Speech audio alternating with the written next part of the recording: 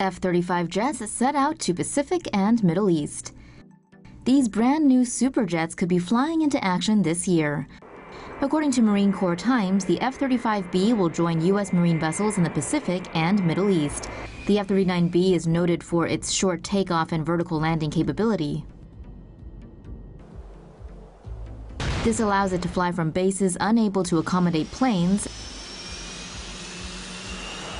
as well as ships and vessels not built for conventional fighter jets. Compared to the F-35A, the B's fuel tank is one-third smaller to make room for vertical takeoff components. The plane can fly at Mach 1.6, holds a 7 maximum G rating, and can carry a 6,800 kilogram payload.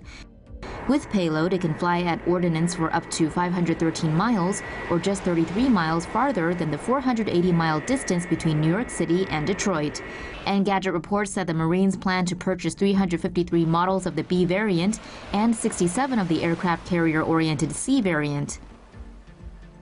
And if you didn't see it already, the C variant has some awesome folding wings. Coming in hot. NATO deploying troops, tanks and fighter jets to deter Russia.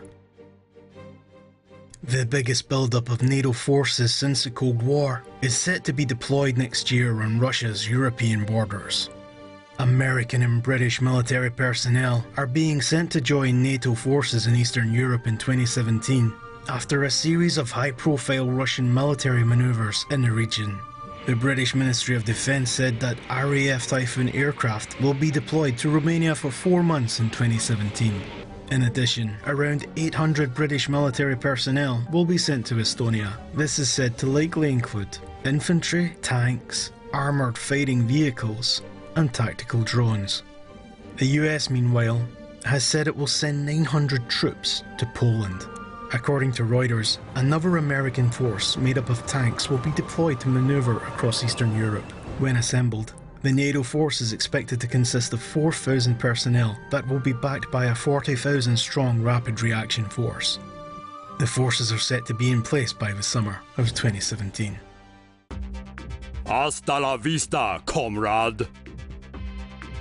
The future of Russian artificial intelligence is here, and it can dual-wield handguns. Gulp.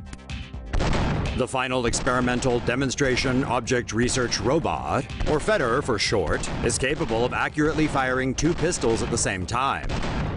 Come 2021, Moscow expects to see FEDOR models aboard the ISS and helping cosmonauts tackle space missions.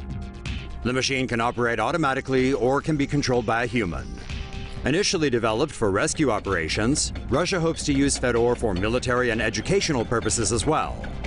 Russia's deputy prime minister tweeted footage of the robot shooting guns in April. He said they're not making a Terminator, but artificial intelligence. Well, that's a relief, right? Right? Russian fighter jets play chicken with U.S. warship. Russian attack aircraft flew within a stone's throw of a U.S. warship this week in what experts are calling the riskiest military encounter between the two countries in years. 2 unarmed Russian Sukhoi Su-24 fighter planes flew dangerously close to the USS Donald Cook on Tuesday in what some are calling a simulated attack. One jet came within 9 meters of the vessel while flying at an altitude of 30 meters. An Allied helicopter, reportedly Polish, was refueling during landing drills at the time. Officials say one of the unarmed aircraft flew in an attack profile, and that one flew so close, it created a wake in the water. They're believed to have made 11 passes in total and did not respond to safety advisories from the vessel. A Russian Ka-27 Helix helicopter also reportedly made 7 passes around the warship, taking pictures. The U.S. vessel was located some 70 miles from Kaliningrad at the time of the encounter. A small Russian enclave, Kaliningrad sits between NATO allies Lithuania and Poland. The encounter comes amid escalating military tensions between the U.S. and Russia following Russia's annexation of Crimea in 2014. The military is testing some new toys. The U.S. Army is developing a prototype assault rifle to replace outdated M16 rifles and its variants, such as the M4. The current generation of NATO rifles fire 5.56mm rounds or 7.62mm rounds.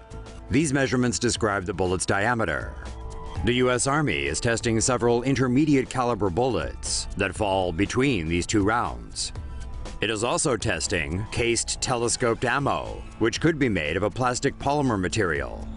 Critics of the M4 rifle say the 5.56mm rounds it fires are less lethal at the longer distances required for modern warfare. Critics also cite improvements in enemy body armor, enemy use of bigger rounds, and jamming problems with the M16 and M4 as reasons the Army needs to upgrade its rifles. The new prototype rifle is expected to be ready by 2020.